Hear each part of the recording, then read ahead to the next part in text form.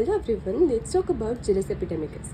पहले हम लोग जेनस एपिडेमिकस क्या होता है इसके कंसेप्ट समझ लेते हैं। तो जेनस एपिडेमिकस ये ऐसी मेडिसिन होती है जो कि ज़्यादा से ज़्यादा पेशेंट्स कोई एक एपिडेमिक लेकर आते हैं, उनमें जो इंडिकेटेड होती है उसे हम बोलते हैं जेनस एपिडेमिकस।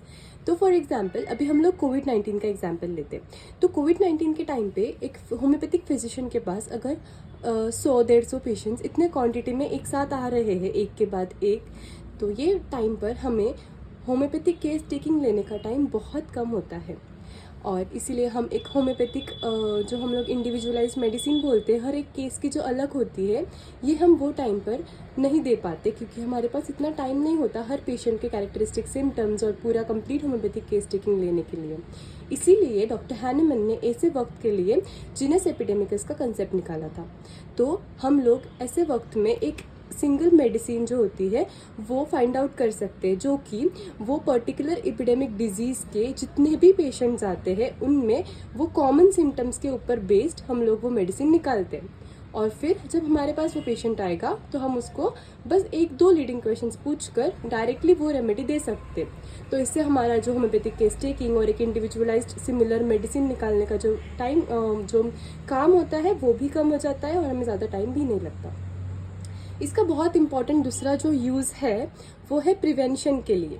तो सबसे इम्पॉर्टेंट चीज़ हमें याद रखनी है, सबसे पहला कि जीनस एपिडेमिकस डायरेक्ट हम लोग एपिडेमिक के केसेस में कोई भी पेशेंट को दे सकते हैं जो हमारे पास आएगा। और दूसरा मतलब हम लोग इसे प्रिवेंशन के लिए दे सकते हैं, जैसे हम लोगों ने आर्सेनिक एल्बम दिया था कोविड-19 के दौरान। तो ये मिनिस्ट्री ऑफ आयुष ने अप्रूव किया था और हमने हमारे कॉलेज लेवल पर और ऑर्गेनाइजेशंस के लेवल पर कोविड-19 के दौरान arsenic album as a immunity booster दिया था. That is an example of genus epidemicus. So now it is a medicine which is indicated in majority of the patients affected from an epidemic disease is termed as genus epidemicus. The symptoms of an epidemic diseases are more or less similar. So after case taking of several cases of an epidemic disease, it is observed that a particular medicine is indicated for most of the patients. जैसे कोविड-19 में जो similar symptoms थे कि smell नहीं आना, सर्दी, खांसी या फिर वीकनेस, ये सारे सिम्टम्स जो थे, ब्रीथलेसनेस, ये सारे पेशेंट्स में ऑलमोस्ट कॉमन सिम्टम्स थे और based on this common symptoms हम जीनस एपिडेमिकस निकालते हैं। This particular medicine is called as the genus epidemicus. अभी इसके मेरिट्स क्या है, मतलब इसके एडवांटेजेस क्या है कि it is useful as it makes quick prescription with less labour. The thorough case taking of every patient is not required. The physician may ask some leading questions and decide whether that remedy is suitable for that particular case or not. Thus, it saves a lot of time, cuts short the tiresome job of case taking and helps to treat quickly many patients with less labor.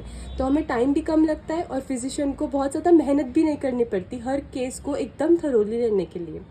For preventive purpose, so when this medicine is applied to healthy persons of that particular affected healthy locality, मतलब जो कोई locality में कोई एक disease prevalent है, जैसे कोई area में मलेरिया प्रिवेलेंट है, तो हम लोगों ने वो वाले पेशेंट्स को एक genus epidemicus as a preventive, जो हेल्दी लोग हैं उनको ऐसा हम लोग उसको दे सकते हैं. So it acts as a preventive medicine and escapes those persons from that particular disease. अब इसके एग्जाम्पल जो हमें याद रखने हैं, सबसे पहले डॉक्टर हैनेमन ने बेलाडोना यूज़ किया था स्कारलेटिना का जब एपिडेमिक था उसके दौरान. फिर kind of purpura miliaris was prevented by aconite. So aconite in purpura miliaris, belladonna in scarletina, and lastly arsenic album for कोविड-19. Thank you.